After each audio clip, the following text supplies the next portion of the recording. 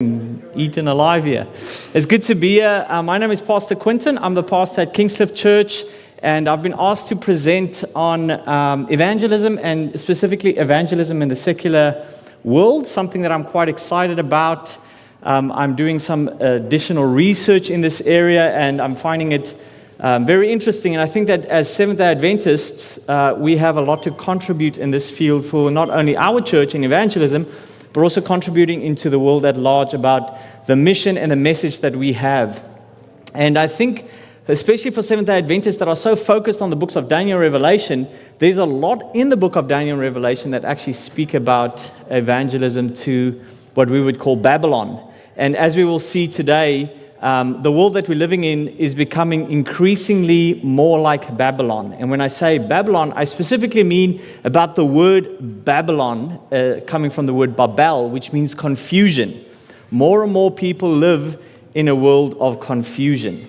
And one of the stories that I'll elaborate a little bit more on later, but the story of the Tower of Babel and the call of Abraham are two important stories in the narrative of evangelism. In the story of Genesis 11, we have a story where there's a multitude of people that is so self-determined by their own self-autonomy that they say that we will make a name for ourselves. We will build a great tower and we will make a name for ourselves.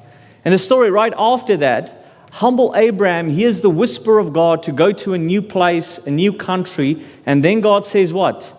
I will make a name for you. And those two stories is essentially the stories of humanity. Those that want to make a name for themselves and those that trust God that will make a name for them. And so we see more and more our world is moving towards this place where we have untethered ourselves from God and we want to make a name for ourselves. We want to create meaning and fulfillment and identity and belonging and purpose and all of these things from ourselves and in ourselves instead of looking to God for that. So that's what we're going to speak about and how to kind of reach a secular world. How many of you have family members or a spouse or friends or neighbors or somebody that just doesn't care about religion? Yeah? How many of you have ever tried to evangelize them and it just feels you're speaking to a brick wall? It would be a lot easier to debate an atheist, even though they're a non-believer, at least they're interested in religion. But some people just seem so ambivalent towards it, so indifferent towards it. So that's what we're going to speak about. Before we start, let's just pray together. Gracious Father, thank you for your love and your mercy and your grace. Bless us now, Lord, as we continue the session. May your Spirit lead and guide us. In Jesus' name, amen. All right, so like I said, this series will be called How to Share When They Don't Care, Evangelism Training for a Secular World. Let me just see if this clicker works. So we're going to speak essentially, this is a content that you can stay here for a year and talk on these things because there's so many nuances and so much depth that you can plumb. And so essentially I'm going to try and take some ideas and make it as simple and practical as possible. My wife I'm an academic at heart. I love academics. I love studying and reading. My wife is a creative artist at heart. She's a graphic designer. And so often when we speak about things like this, she says to me, I don't understand what's going on. I know that it's meaningful for her, but she doesn't understand the philosophical or theological concepts because she doesn't swim in that world every day, right? And so I understand that majority of you don't swim in that world either.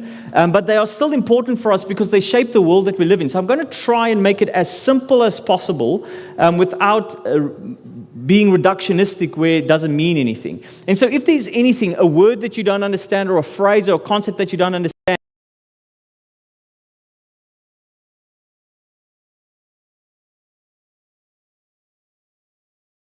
understand the content and to understand, at least in very broad strokes, what is going on.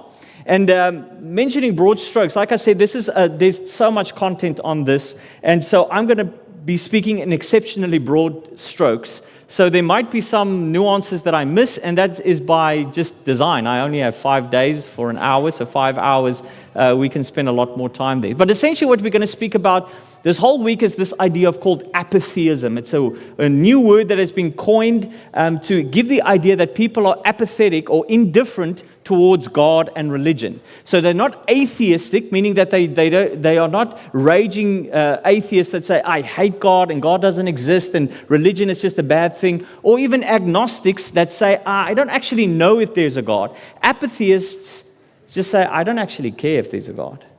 Right? And so that's the struggle that we have more and more of in religion. There has been lots of research done, not so much in Australia, but there are some research in Australia, but significantly in America and European countries. And they show that we are becoming more secular. And we're going to speak a little bit about secularism and what that means. But secularism is not non-belief. Secularism is actually more belief, more options of belief. And apatheism is just the idea that I don't actually care if there's a God or if there isn't a God. Atheism has not significantly risen, as we'll see today, has not significantly risen. And so there's a researcher in Australia that has been looking at the trends in the last 30 years, and he made this statement. He said that Australia is not more atheistic by commitment, but more secular by default. Meaning that our world, Australian world, is becoming more and more secular, not necessarily more and more atheistic. And that's a very important point because generally what we engage in when we engage in evangelism is that we think it's a believer versus a non-believer.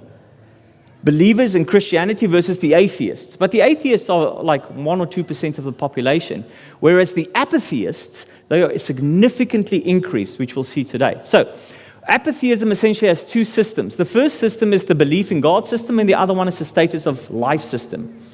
So people have become apatheistic because God is contestable, meaning is there a God, isn't there a God, right? Skepticism, or because there's so many gods, pluralism, there's too many diverse options, which one do I choose?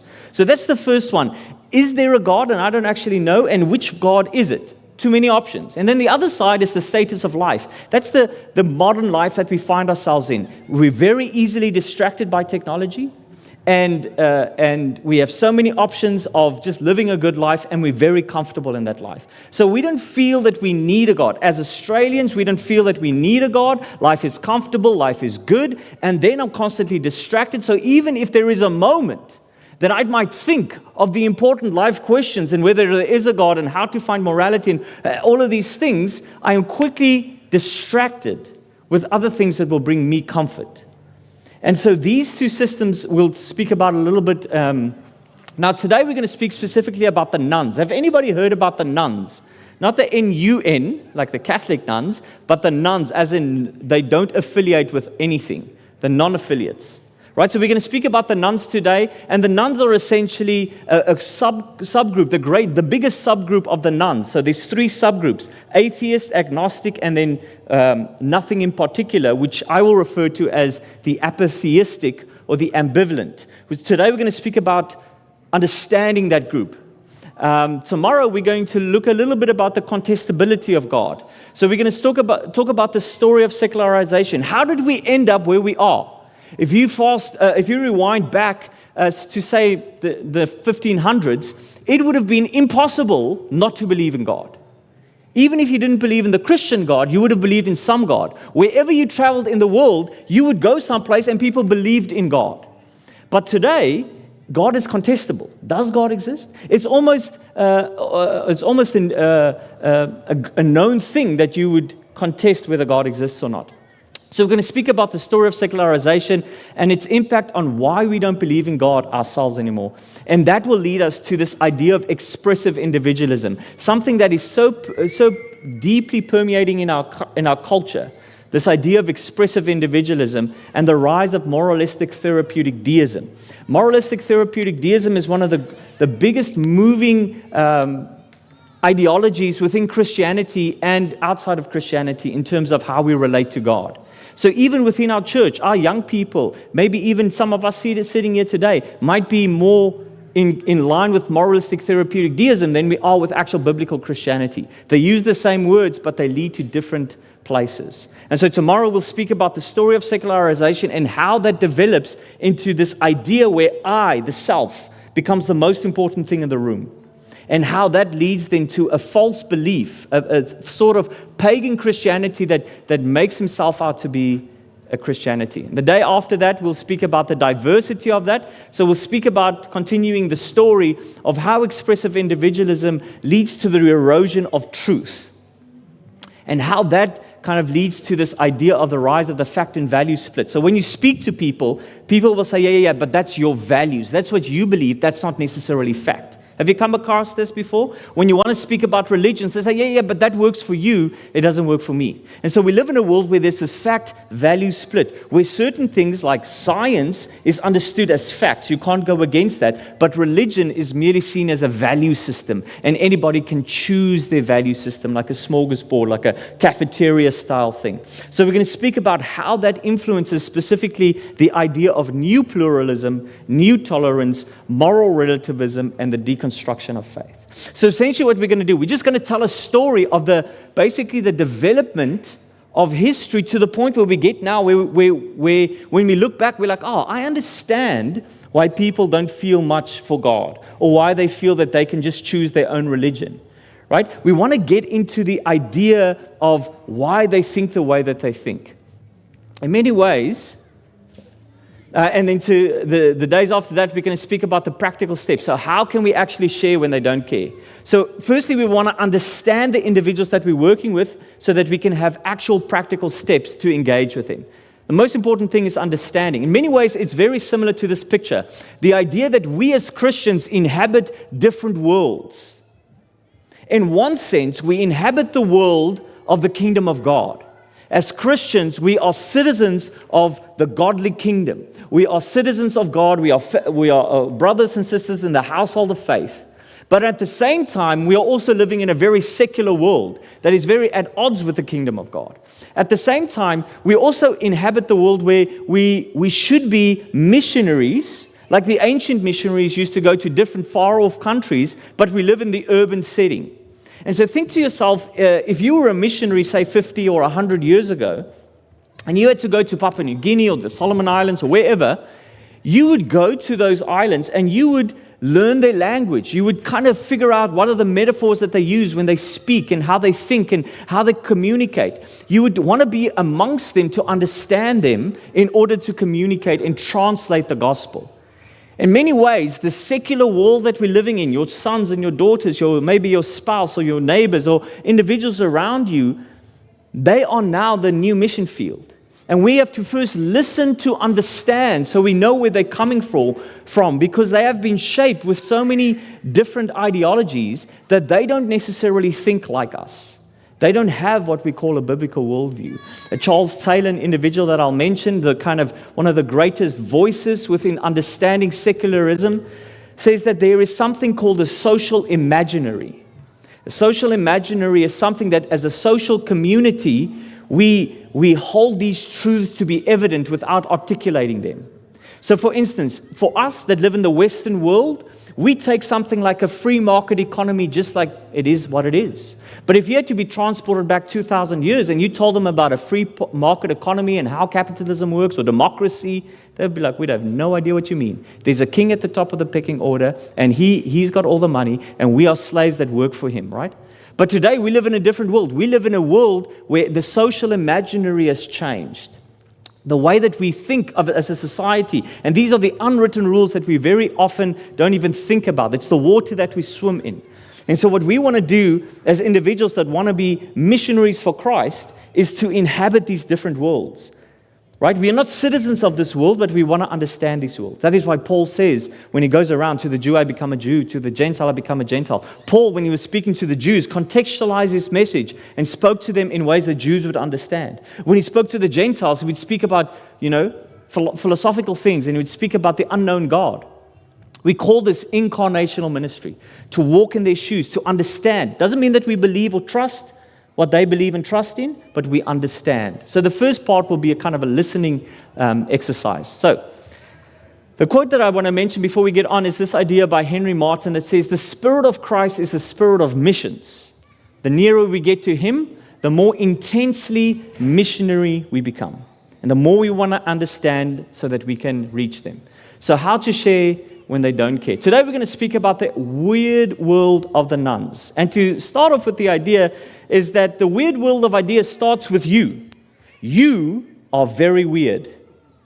Some of you I know personally, and I know that that is very true. Right? And some of you I don't know, and I know that's true as well. And some of it has to do with this idea of what does weird mean. The idea of a weird world, not weird as in you're just a kind of kooky, but the idea of the abbreviation of weird comes from this psychologist that wrote this book, The Weirdest People in the World, How the West Became Psychologically Peculiar and Particularly Prosperous. And so this psychologist, Joseph Henry, with some of his research assistants and colleagues, came to the conclusion as they were doing psychological research that a lot of the stuff that they're researching and they're coming up to say, hey, this is how humans act. This is how humans think. This is how humans... And he realized, but we completely off on some of these things. He realized that this is how we in the West act. But when you go to Asia or to Africa or to various countries that are not so infiltrated by the West, they think differently. And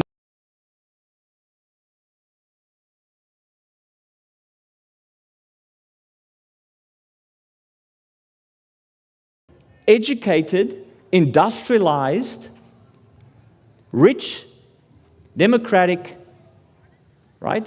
So he says that we live in a world that is Western. We live in a Western world. We don't live in the Eastern part of the world. We don't live in what they call the global South. We're more educated. We live in one of the periods of Earth's history where the majority of people are exceptionally educated, more educated than ever before in the world's history. We're very industrialized in the way that we do things. We're exceptionally rich. If you feel today that you are not rich, I can guarantee you're probably more wealthier than majority of the people in the world. We just compare our wealth with the person sitting next to us. But if you were to compare your wealth, even if you were the poorest person in this tent, and you were to compare your wealth to the wealth of the world, you would still come up quite high on the top. And so as Westerners, we are very rich, and we live in a democratic world. Recently, I came across this book, which is a really, really good book by Andrew Wilson, a pastor in the UK, called Remaking the World, How 1776, that's the start of the American experiment, created the post-Christian world. And the argument of both of these individuals is that Christianity had a massive effect in the Western world, how we came about this secular world. And he added 2 extra letters there. He says that we are weird, but we live in a weirder world. And the weirder world, the things that he added there is that we are ex-Christian and we are romantic. Ex-Christian is that we've moved away from the idea that the West is primarily a Christian world, a Christian nation, a Christian civilization, and that we're romantic. When I say romantic, I'm not saying that you pick flowers for your wife or you make a beautiful breakfast for your husband in bed. He's not saying that romantic. Romanticism is a movement within the intellectual history of the West that has to do with feelings. The internalization and legitimization of feelings, to the idea of we do stuff because we feel this way. Feelings trumps everything. There's a psychologist, Philip Reef, that says this, that we live in a period where the therapeutic has triumphed. Everything now is about feelings, not about rationality or facts. It's about feelings. We live in a world now where you can choose your gender by what you feel. Regardless of what the facts of biology says, you choose this by what you feel. That's the impact of romanticism. So we live in a weird world. And this is the point. The reason I bring this up is because we need to realize that 50 years ago, 100 years ago, 200 years ago, 500 years ago, 1,000 years ago, people did not think like us in many ways. They don't perceive the world in the way that we perceive the world. Many times we think, these individuals were human just like us and they thought like us. But more and more we're coming to the realization that people thought completely different than us. And so when we need to straddle the line between the biblical world and the secular world, we need to understand that there's certain forces, certain ideological philosophies and ideas that have shaped deeply this world that's at odds with the Christian world. And we want to align our thinking to this world, to the biblical world, but we still live in this real world. And we want to engage these individuals, those that don't care. We need to understand that they are weird people in a weirder world. This is the way that they see the world. So, I want to mention this lady, Phyllis Thickler. She wrote a book on the emergence of Christianity. And now, there's a lot of stuff that I disagree with her, so don't take her as a prophet. But she says something interesting in the book, The Emergent Church. She says this: religion, whether we like it or not, is intimately tied to the culture in which it exists. One can argue, with only varying degrees of success, though, that private faith can exist independent of its cultural surround. What is she saying? She says that we're products of our time, right? Culture shapes us as much as our faith does, as much as our biblical teaching does. When, however, 2 or 3 faithful believers come together, a religion, possibly more of a nascent or proto-religion, is formed. Once formed, it can never be separate entirely from its context. Just as surely as one of the functions of religion is to inform, counsel, and temper the society in which it exists, just so surely is every religion informed and colored by its hosting society.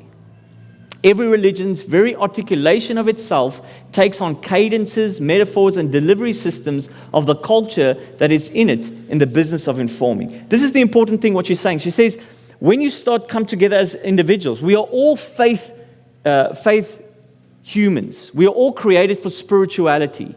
Spirituality is not on the decrease, it's on the increase. We are created for the spiritual dimension. And there used to be this idea that as we progress and move forward in the Western world, religion and spirituality will decrease. But that's not true. What we see is more people are becoming more spiritual. So when we speak about those that don't care, about the apatheists, we have to think of themselves as a spiritual group. And they're spiritually forming themselves in different ways than we are, but they're seeking the same things. This is an important point. Individuals all seek the same thing. If you're a human being, you've been created for relationships with God and with other people. And you will seek meaning and identity and purpose in various ways. And so individuals like the apatheists or the nothing in particular, they're moving away from religion, but they're still seeking the same things. She continues, she says, thus when we look at these semi-millennial tsunamis of ours, she speaks about these semi-millennial tsunamis, or what they call peri-reformations. It happens every 500 years, right? So for instance, we live in 2024. If we had to go back 500 years ago, what happened 500 years ago? The Protestant Reformation, right? If you had to go 500 years before that, what happened then, if you know church history? What happened 500 years before that in church history? It's the schism between the East and the Western church, right? 500 years before that, and the Western church was the start of the Roman Catholic Church. 500 years before that, Jesus came. 500 years before that was the exile. So these commentators have said that it seems every 500 years there's these what they call peri-reformations, these kind of changes. And here's the question, or here's the point. Every 500 years, it seems it takes a long time for ideas to percolate and reach maximum velocity. But every 500 years, we kind of get there where we're not happy with the status quo, or society is not happy with the status quo. So when the Roman Catholic Church started, the question was, who's got the authority? Is it biblical Christianity or is it the magisterium? Is it Jesus or is it the bishop? 500 years after that, the question is, where does authority lie? With the Eastern Church or with the Western Church? The Western Church didn't disappear. The Eastern Church just expanded. Then 500 years after that, the question came again. Who's got the authority? Is it the Bible or is it the Catholic Church? The Eastern Orthodox Church kept on surviving. Now we're living in this new age where the question again is, where does the authority lie? For meaning, for purpose, for identity, for belonging. Now the meaning isn't with an institution anymore. It's now with the self. So when you're dealing with people who don't care, they are the legitimizing force of what is true and false, what is real and what is not real, what is meaningful and what is not meaningful. And so you need to understand, why did they come up with that idea? How did that form them in order to engage with them? So she says there, thus when we look at these semi-millennial tsunamis of ours, we as Christians must be mindful of the fact that the religious changes affected during each of them were only one part of what was being affected, and that all the other contemporaneous political, social, intellectual, and economic changes were intimately entwined with the changes in religion and religious thought. So she's saying, when we're thinking about it, we want to do evangelism, we want to reach our neighbor and our child and our spouse and our family members. And we're like, why don't you just see this? Why don't you engage? What's going on here? Why don't you care? And we just want to focus on the theology, which is important. But that's not the only thing that has shaped their theological thinking or their thinking about God. It is also the political and the cultural and all of these other things. As a society, we've been groomed, in a sense, to think in a particular way. And so what we want to do is kind of unravel that so that we're like, okay, this is the buttons we need to press. This is the things to understand what's going on, right? So that's essentially what we're doing. So today we're going to speak about the rise of the nuns. We basically just want to look at the world and say, okay, what's happening? What is the sociological data telling us about what is actually happening in the world? Brené Brown, a sociologist in America, she says this. She says, in the absence of data, we make up stories, right? When we don't actually know, then we say, it must be this, right? Now, the problem when it comes to evangelism is it leads to ineffective evangelistic strategies. Because if we don't actually have the data, we make up stories and we say, this is what they want, this is what they need. And then we say, hey, guys, here's what you want, this is what you need. And they're like, no, thank you. And they walk away. And we're like, why don't they give us what we want to give them, right? It's because they're not asking the questions that we have answers to, right? And so we need to say, what is the stuff that we need to figure out? So this is the stats of Australia. And this is the decline. The blue line is the decline of Christianity, and the yellow line is the decline of what we call those that don't affiliate with religion anymore, right? And so you see that 1971 was the first time that they added this to the census. And so we see 86%, 70, 78%, 74, 73, 74, 71, 68. Like it's slow decline, but it's declining. And we see a small incline, right? An increase there. 6.7, 8.3, 10.8. It's not significant until we get to about 2011, right? We see there 2006, 63%, 61%, and then suddenly it jumps 9%. It's a massive drop. And then suddenly it goes to 43%. If I had to ask you what were significant things that happened from 2010 to now? What were significant events that changed the world that we live in today? That happened significantly from 2011. Social media, the internet. So this is the thing. Most people are influenced almost by osmosis, by just watching this little thing online, by just engaging in this thing. Like technology is shaping us, not only in the way that we relate to each other, but the way that we relate to God. This is important for us because we live in this digital world now. We are digital natives. Some people call this digital Babylon because it's creating not Babylon as in it's from the Antichrist, but the idea that digital Babylon is creating more confusion, right? And so we see this massive, and this is not stopping, right? So now at the moment, Australia is not a Christian nation anymore. More and more people are affiliating with no religion. Now, the sociological research, when they do sociological research, they normally ask people, what are their beliefs, what are their behaviors, and where do they belong? So these three things are the main three kind of categories that they ask people questions about when they want to figure out how do they religiously affiliate, right? And so here's some research. I'll just speak about who are the nuns and how are they defined. Now, I just want to pause here for a second and just mention this, that the research that I'm going to bring today is very broad strokes in the sense of they're not clear percentages, and a lot of it is a mix and match of America and Australia. And the reason for that is because Australia, we don't have such focused research. America is still considered as a very strong Christian nation, and deeply embedded in their identity as Americans is to be Christian, even though that's changing significantly. So they have a lot more research, companies doing research in this field.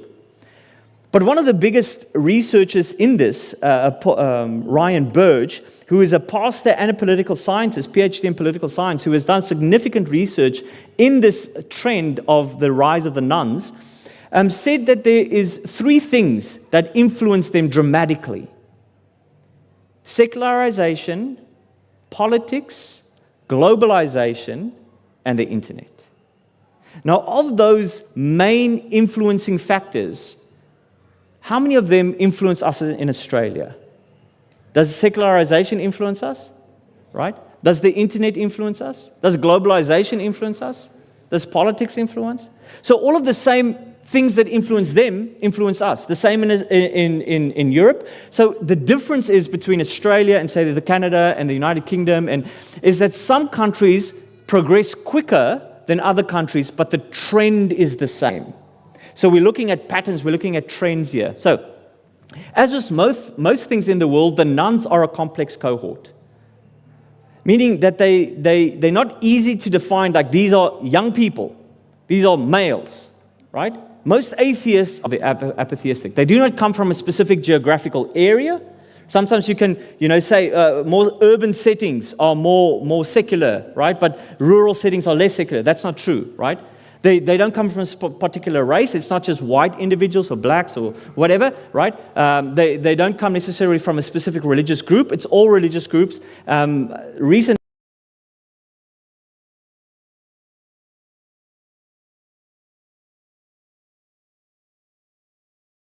secularization happening in the Muslim world. And the problems that they are facing in the Muslim world about secularization is the same problems that we are facing today in Christianity, right? And they come from different political ideologies. So they come in all shapes and sizes. So essentially there's three major cohorts within the nothing in particular: atheist, agnostic, and then the nothing in particular. Now look at the numbers here. In 2016, there were 32,000 atheists, and in 2021, there's 37. So small increase, but how many million people are in Australia? Okay, almost 25.5 million. Of 25.5 million, how big are the atheist cohort? If there's only 37,000 of them, not a lot, right? They're a small minority.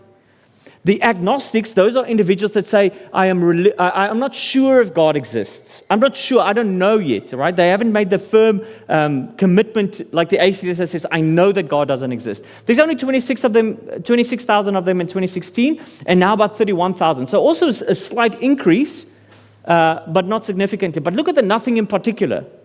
They were 6.9 million in 2016, and they are now what? 9 million. Which one is growing the quickest?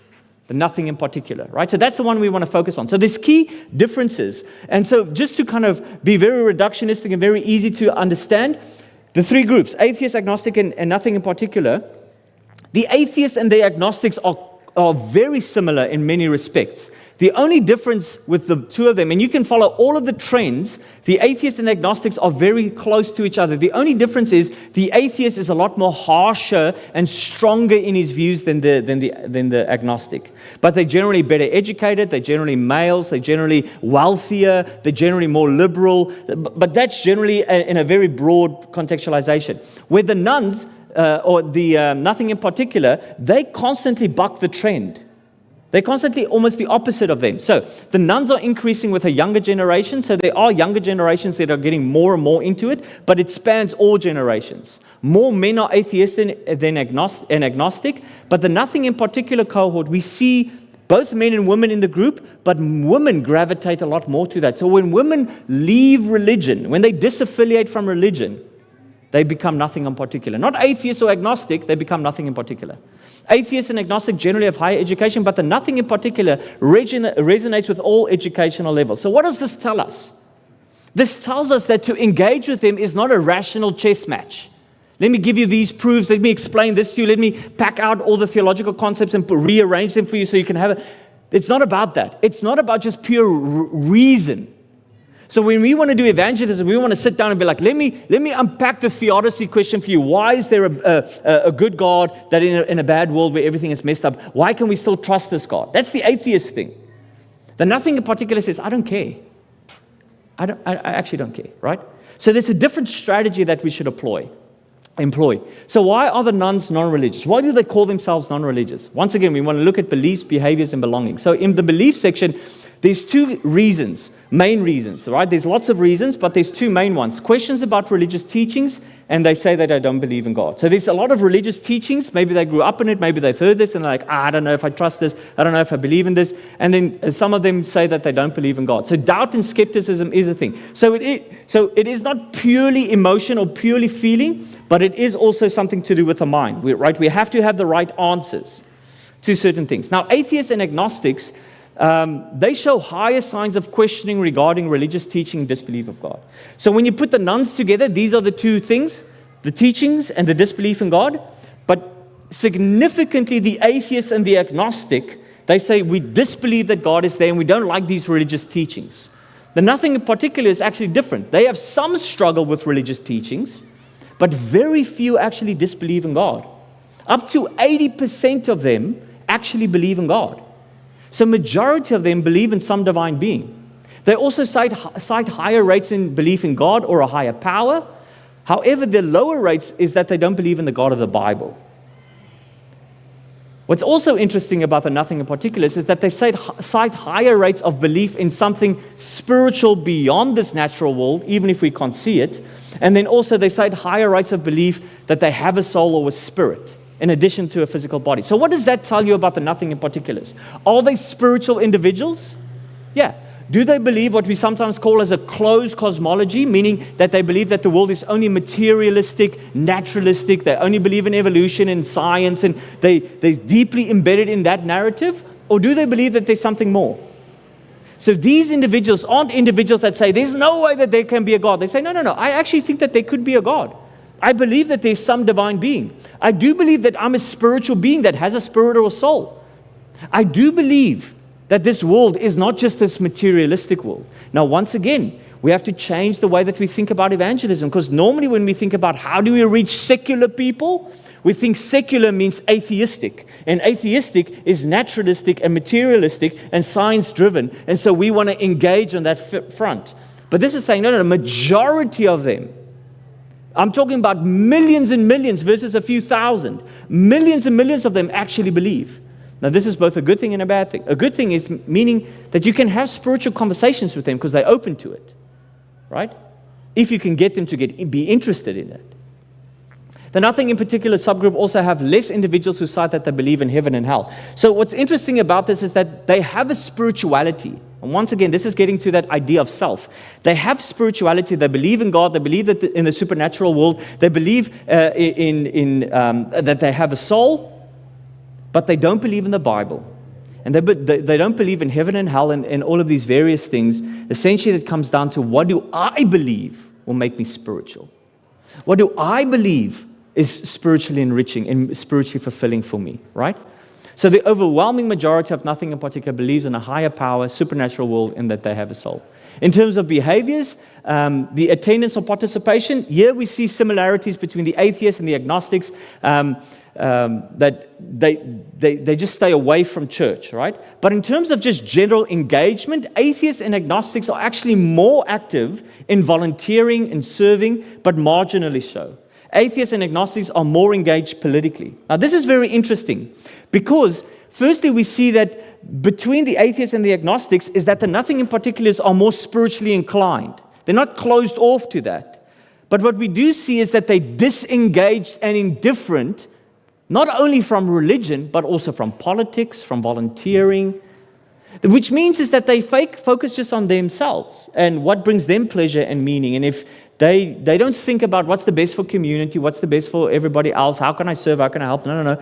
They're very focused on the self. They're very focused on this romanticism idea of, if it feels good, let's do it, right?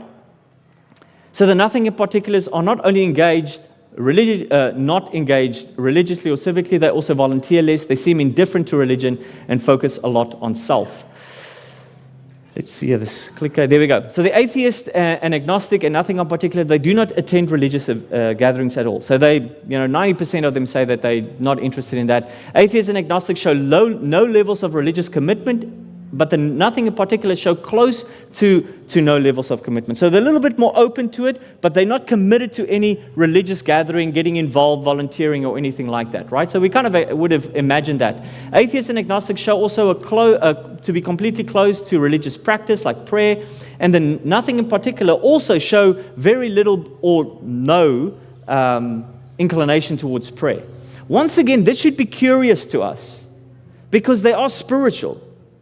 And they consider themselves spiritual. So what do they do for their spiritual well-being, right? What are they doing to build that up for them? When it comes to attendance and participation in terms of the importance of religions, all of them say that religion is not important to them. So we're getting to that point of, are they spiritual but not religious? The next thing is belonging, and here we see that all three groups dislike institutions. That's one of the biggest things that we see in the postmodern world. The almost frustration with big institutions, right? The rejection of big institutions. So they dislike religious institutions. However, the nothing in particular group is a lot less. So in some of these things, they're not as strongly against as the atheists would be, but they still dislike them. A minority of the nothing in particular cites experiences with religious people as a reason for disaffiliating. So majority of it is kind of disdain for religious institutions, but some of them had some bad experiences with Christians as well that put them off.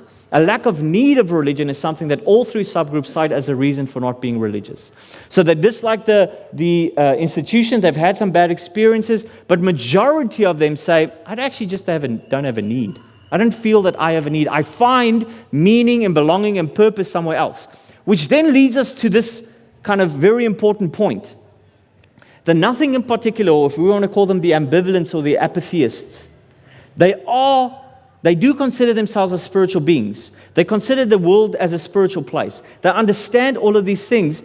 And so the question is then, where do they find meaning and purpose and belonging and identity within this realm of spirituality? They don't find it at church. They don't find it in institutions. They don't find it in Scripture. Where do they find it? Right? They find it in themselves. They create it for themselves. So, are the nuns spiritual? That's the question. Would we consider them spiritual but not religious? Half of the nuns say that they are spiritual and that spirituality is important to their lives. The others say, I don't actually want to be labeled that way. I don't want to be said that's what it is. So when they ask them, what does it mean to be spiritual? Those that consider themselves spiritual, so these are the individuals that are both religiously affiliated and those that are not religiously affiliated. These are the lists. So number one, coming up to all of these people, both those that are connected to religion and those that are not connected to religion, if they put them together, you see this. Being connected with God is the most important one. And that's because of those that are connected to religion, that spikes the numbers really high.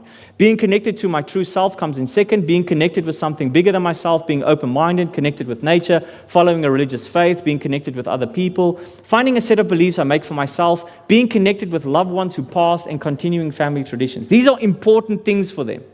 Now, what's interesting is that you see a pattern when you start kind of putting these lists, taking these lists apart, and you see this. You see that all spiritual adults, let me just see, sorry, I think I just,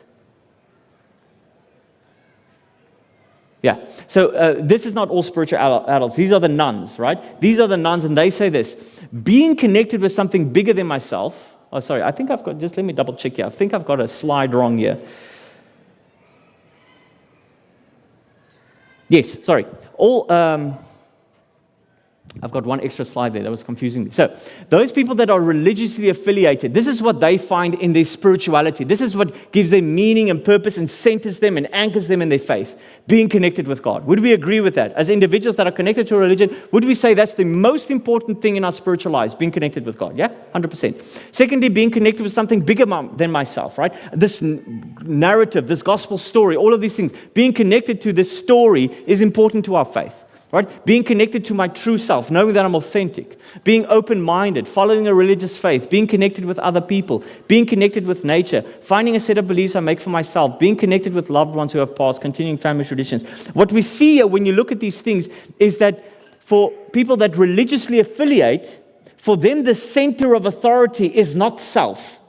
It's God and something that you find outside of yourself, a narrative outside of yourself, a Bible, a religious faith, all of these things outside of yourself. But look at those that affiliate or that are spiritual but not religious. The most important thing for them is being connected to my true self. This is what I believe. This is what I think. This is the most important thing for me. The second thing, being open-minded. Now, if you look down to number 7, being connected with God is way down on the list. So for them, spirituality has nothing really to do with God. God is way down on the list. For us that are religiously affiliated, God is the most important thing. What is at the center of the universe for the nuns? Self. What is at the center of the universe for those that religiously affiliate? God. What is at the center of the story of Genesis 11 at the Tower of Babel? Self. I will make a name for myself. What is at the center of Abraham's story? God will make a name. So essentially, this ancient story of following either the Tower of Babel or following the story of Abraham and the covenantal God is still playing out in many ways when we come to this story, right? So being open-minded, being connected with something bigger than myself, being connected with nature. Now, interestingly, being connected with nature and being connected with something bigger than myself comes out equally in terms of the statistics. These individuals, the nuns, find deep meaning and significance being connected to nature, right? Nature becomes very important for their spiritual, therapeutic kind of process. So, how do the nuns think about morality? Well, essentially, they don't think about God. God is not the center of determining what is right and what is wrong. Essentially, the desire to avoid hurting people, logic and reason, and it feels good not to do wrong, right? These are the most important things. Now, if I had to ask you, what is the most important thing that helps you navigate the ethical dilemmas that we face every single day? Like, how do you know what is right and what is wrong? What is the thing that guides you? God and His scriptures, right? An external force, right? But for these individuals, what's the most important thing? How I feel, what I think is right and wrong. Can you see that when we engage with them, the most important thing that you're wrestling with is like, where does the authority lie with them? And so when you're bringing the Bible as an authority to say, hey, let's talk about the Bible. This is what the Bible says you should do, and this is how the Bible thinks you should be thinking, and the Bible, and they say, I don't care. Because that's not an authority to me. What's an authority to me? Me. I'm the authority. Right? I create my meaning, my belonging, my identity, my purpose. Right? So, causal factors in the rise of religious nuns. We've spoken about this already before, right? We've spoken about the idea of secularization, the internet, and the politics. So there's various reasons. Secularization is the first one. Social desirability bias. This is just where people have said, yeah, but people have always been kind of not religious. People have always kind of, they weren't real Christians. And so when you do an interview with somebody, when you sit face to face with them, and you say to them, hey, we're going to do a social survey with you. Can you tell me how many chocolate bars do you eat a week? Right? If you eat 10, you know that's unhealthy, and you're like, I need 2, right?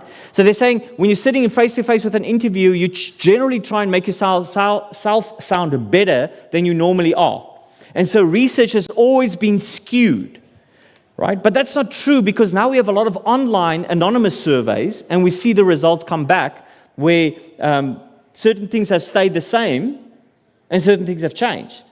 And so we know that this is not necessarily the case. What we see the case is the increase in the secularization of our society, the contestability of God, and the acceptance of those things.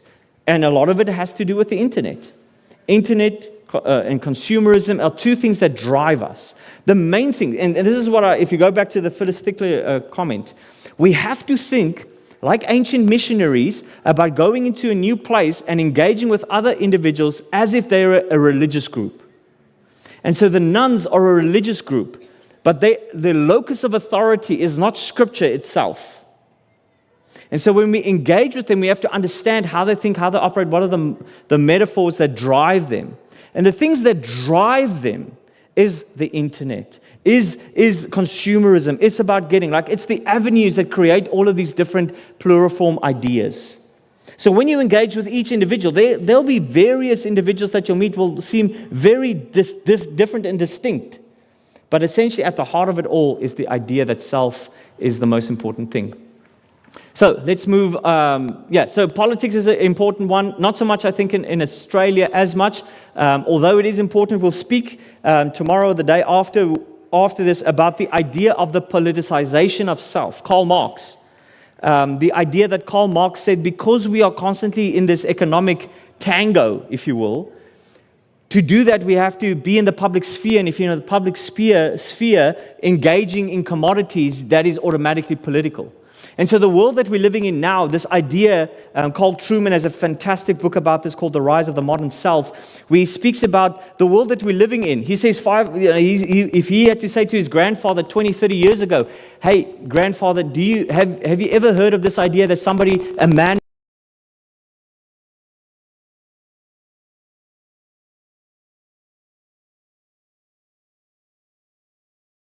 would be like, yeah, that's applauded. How did we move from that point to this point in such a short period?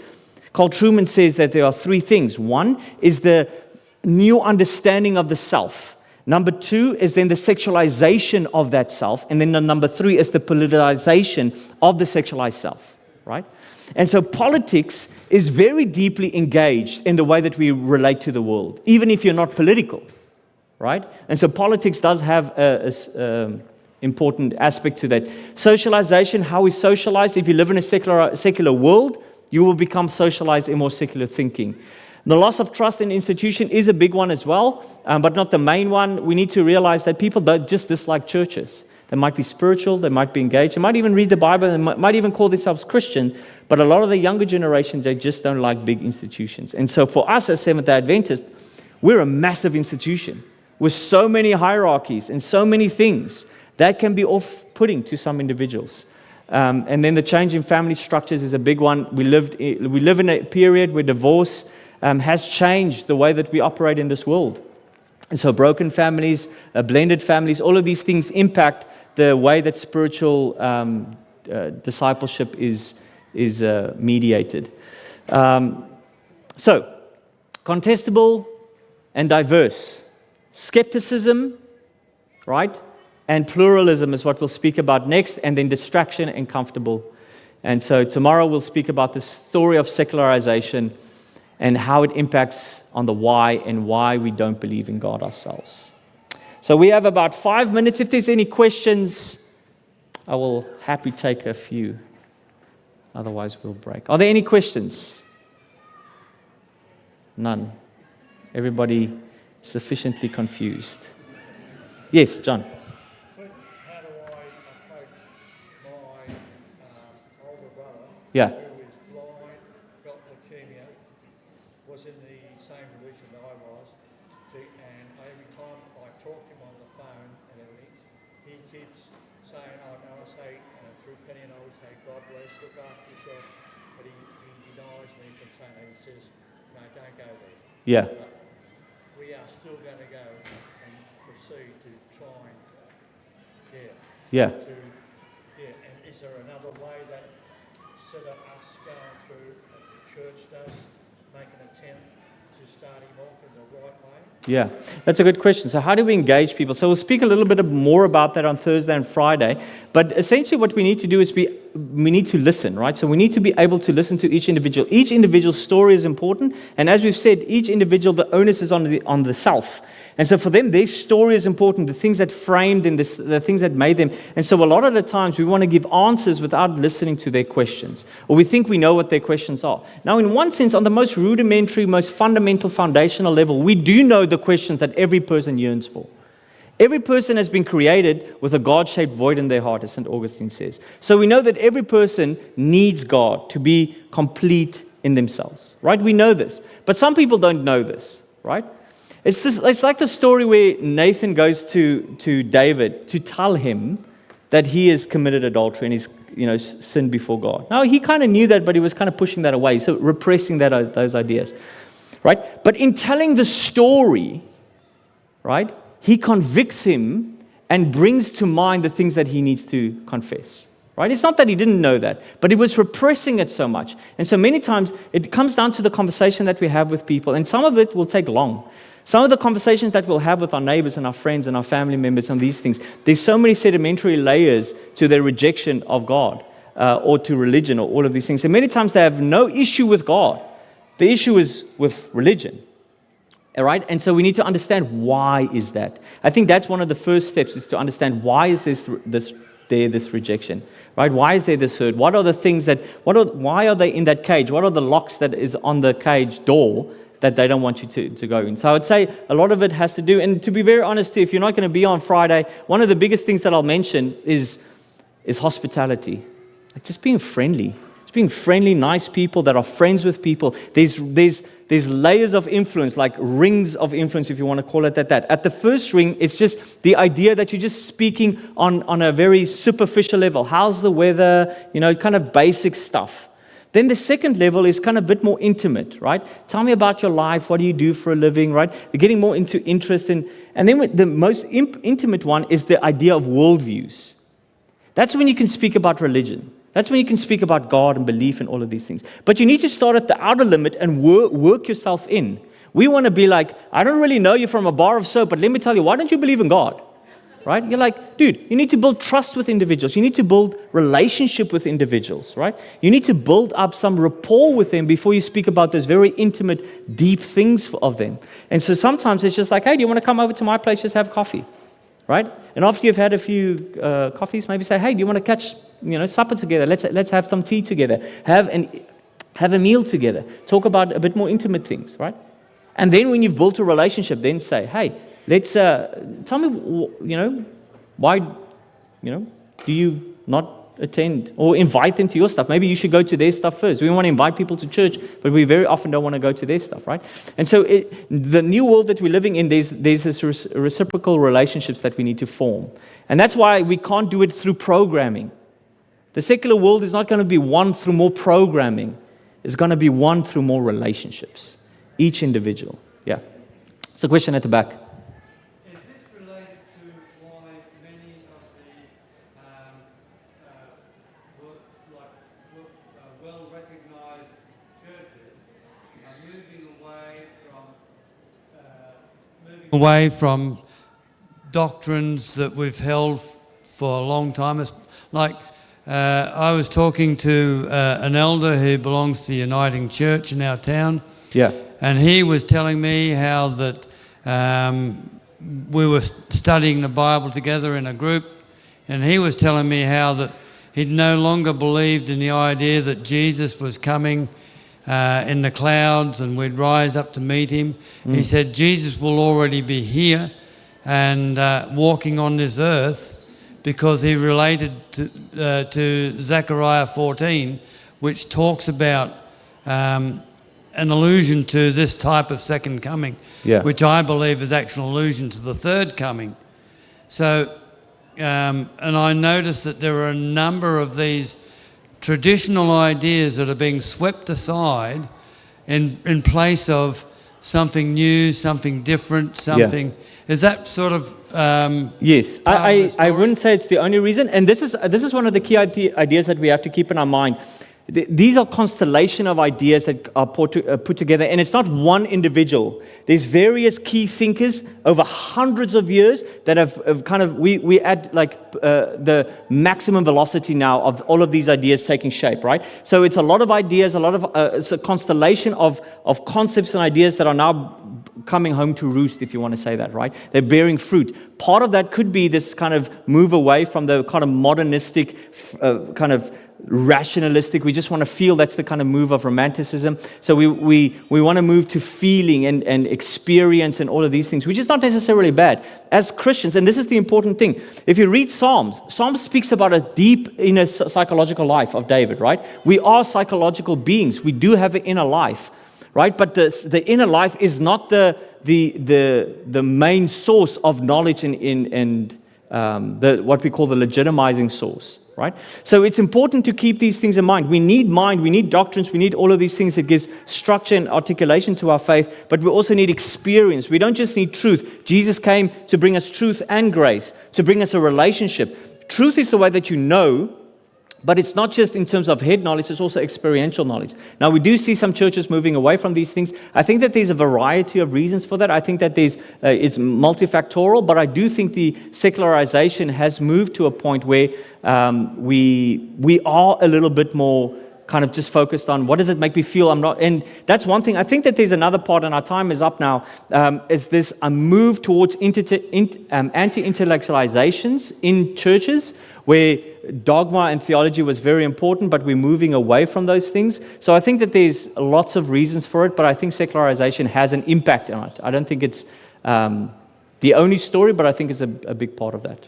Cool. If there's any other questions, I'm more than happy to answer those. You can come to the front here or tomorrow. Let's close with a prayer. Gracious Father, we come to you, Lord. Thank you for a fruitful hour that we could have spent together, Lord, thinking through and just becoming more aware of the world that we're living in. Lord, this might be very new to many of us, and it might be a lot of information to process, new ways to think. Lord, I am reminded of Ellen White's quote where she says, there are many things that we should learn and many things that we should unlearn, Lord. And so I pray that we would have the wisdom to know what are the things that we should learn, what are the things that we should unlearn, that we can be effective missionaries in this world for your kingdom. I pray that you would empower us by the Holy Spirit, Lord, with wisdom and with wit, Lord, to engage this world deeply and